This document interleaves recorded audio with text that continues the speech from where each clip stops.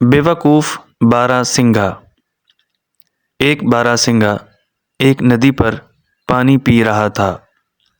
جب اس نے اپنے خوبصورت سینگوں کا عکس پانی میں دیکھا تو بہت خوش ہوا، مگر جوں ہی اس کی نظر اپنی بدصورت ٹانگوں پر پڑی تو بہت افسوس کرنے لگا۔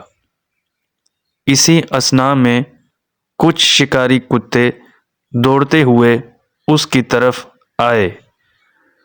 بارہ سنگھا تیزی سے جنگل کی طرف بھاگا اور کتوں کی نظروں سے غائب ہو گیا، مگر بدقسمتی سے جب وہ گھنے جنگل سے گزر رہا تھا تو اس کے سینگ درختوں کی ٹہنیوں میں پھنس گئے اور کتوں نے آ کر اسے پکڑ لیا۔